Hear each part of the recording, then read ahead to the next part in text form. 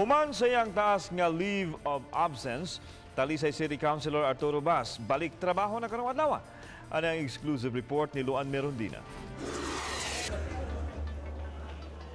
Pakita na pagbalik ug mitambong na sa trabaho si Konsehal Arturo Bas karong adlaw. Mito nga usab siya sa pagbukas sa unang sesyon sa konseho sa tuig 2019.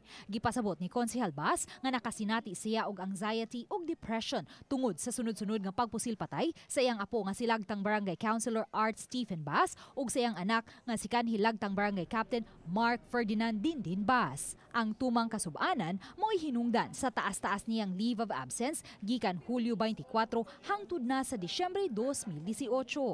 Kinsa may dili atong sakit nga kung sa atong among naagian. So kaya ito. Anto gali karon gali murag dili pa ko normal sa akong mental physical ako.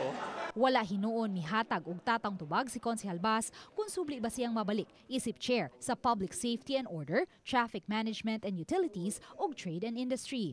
Gihukasan siya sa chairmanship sa nahisgutang mga komitiba tungod sa dulan 5 ka buwan niyang leave of absence.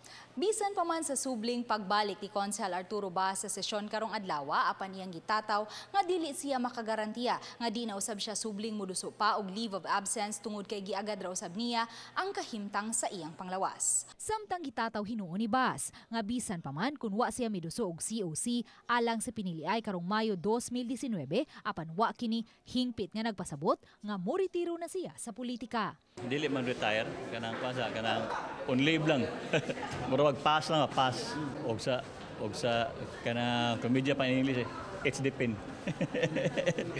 Uban ni Marlon Melgazo, Luan Merondina, Balitang Bisdak.